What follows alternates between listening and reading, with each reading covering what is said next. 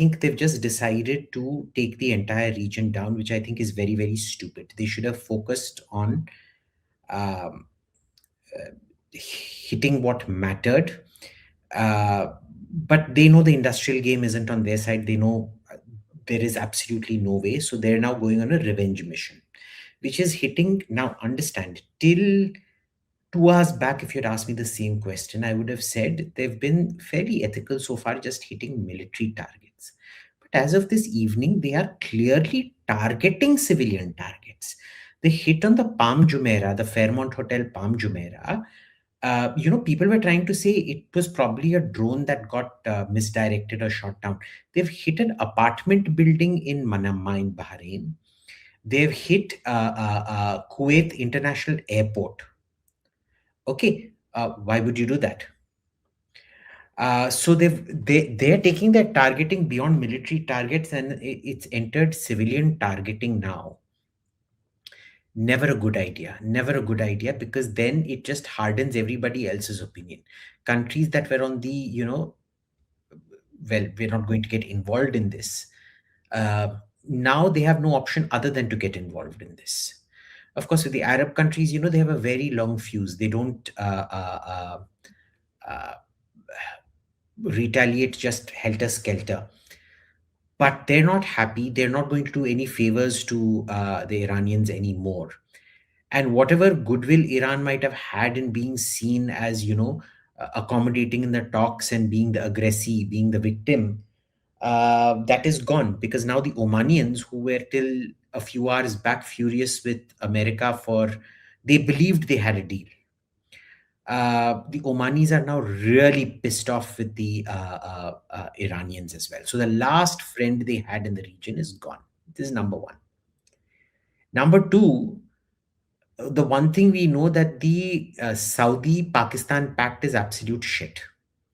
Because when the Afghans attacked Pakistan, the Saudis, forget lifting a finger, they didn't even put out a condemnation. And now when Saudi Arabia gets hit again, the Pakistanis have put out a very anodyne statement saying absolutely nothing. So all up, this is very good. It's very healthy, I think. Third, I think this, by all means, defang them. You send in ground troops to secure the material locations, because that doesn't require too many ground troops, a few thousand. Extract all the material, and over 2-3 months, while you're providing air support to protect them, and get out. That's doable. But asking people to rise up when you know the military, police, IRGC won't think twice about shooting them, not done. Very unethical. So this regime change thing has gone a bit far. But fourth, let's see what the Americans are doing on regime change. They've said, the Israelis today said that they're going to kill the present, past, and future leadership. And they're extending their strikes to the judiciary, the mullacracy, and the executive. Last time they only targeted military targets. This time they're targeting all the leadership.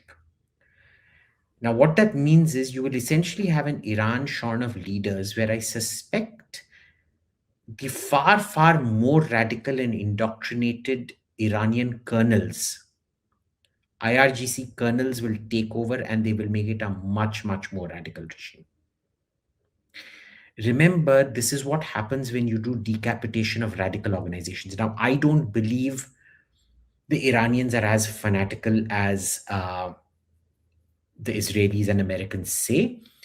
But let's assume I'm wrong and the Israelis are right, that they are fanatical. What happens when you decapitate an organization? Every time you kill a Hezbollah leader or a Hamas leader, the fellow who replaces them is actually much, much more virulent. Much more virulent. They may lack power for a while, like we see Hezbollah now. That doesn't mean they will always lack that power. And their survival instincts, because they have survived, they know how to survive you, are much sharper, much more honed. And see, power tends to corrupt. The upper echelons of power tend to corrupt. So it has that sort of, moderating effect on you. With these guys, young, colonel level 30s, 40s, coming to power, very, very dangerous, boss. Tomorrow, what if they just decide to do a dirty bomb? They don't need a nuclear bomb.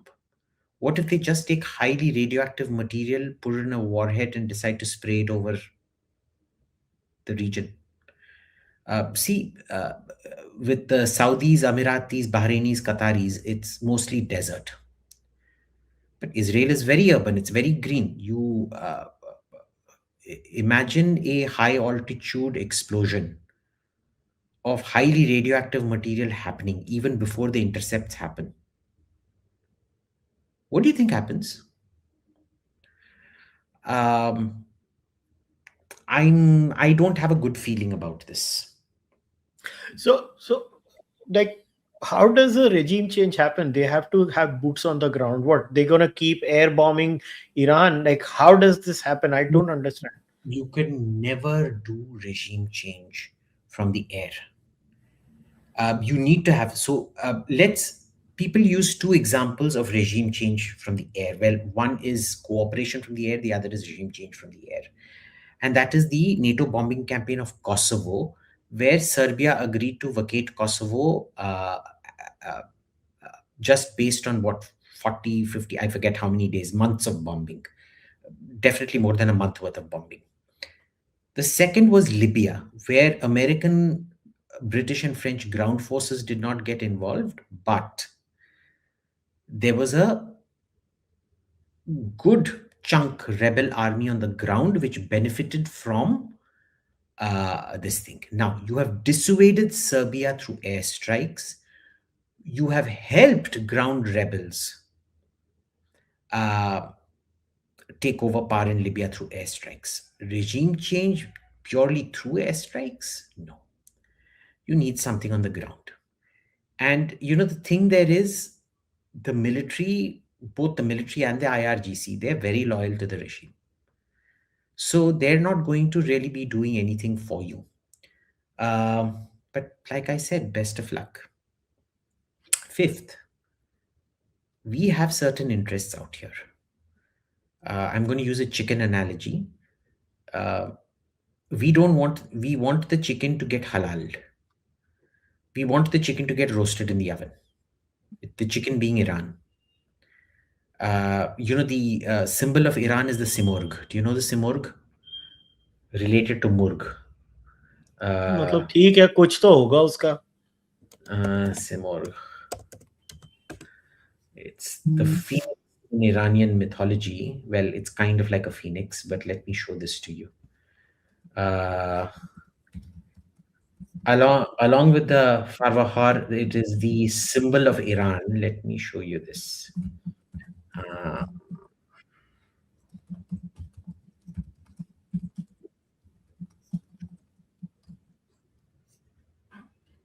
दिखा. Yeah. Can you see I it? put it up. Yeah, अभी वो load हो रहा है.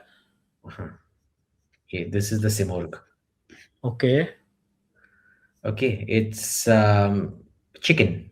Well, it's a chicken with a lion's head, I guess. But we want the chicken roasted, which is to say, we don't want a nuclear Iran. But we don't want a dead Iran. Because our interest lies in perpetuating the Shia Sunni split. एक minute. But how do we do that, Abhijit? We don't. We can't. Yeah, मतलब control हमारे पास तो variables ही नहीं है ना वो control में. See, we don't have control. That's not what I'm saying. I'm just pointing out that there is a divergence of interest. You're saying what we prefer. What we prefer. Now, we want Iran contained. We want Hezbollah, Hamas gone. We want, Iranian military power eroded. But we don't want the regime gone because we need radical Shias to control radical Sunnis up to a point. We don't want an Iran that is friendly with Pakistan. That never went well for us till 1979. Till 1979, remember, the Shah was an absolute bitch to us. We don't want that situation again. And a vacuum also doesn't suit us. Because in a vacuum, remember, there are two Sunni majority provinces. Sistan wa Balochistan, which is the south eastern province bordering Pakistan, and Khuzestan, which is the Arab province bordering Iraq, the southwestern province bordering Iraq.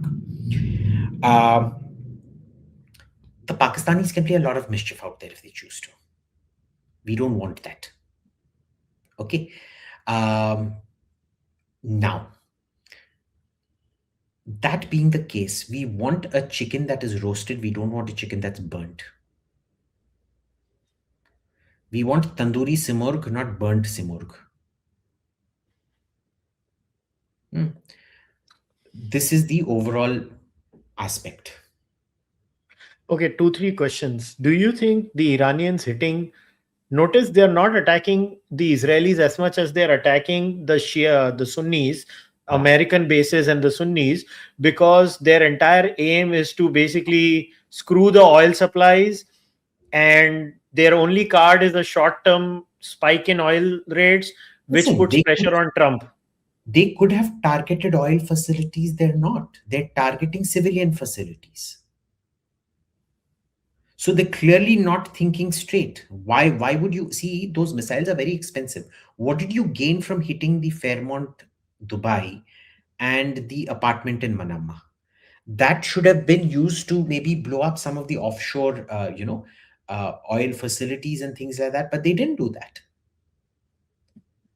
So I don't think they're thinking straight at the moment. And invariably, attacks on civilian facilities indicate a breakdown of command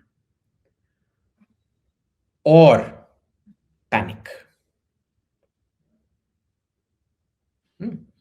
That's the main thing we need to remember. So you don't think this is something to do with increasing the oil price so much that Trump is forced to deal with the scenario in a more defensive way? No, I don't think so at all. I don't. And he's not going to get defensive. See, okay, that scares me even more. Then what do the Americans do? Well, the Americans intensify their attack. Very significantly intensify their attack.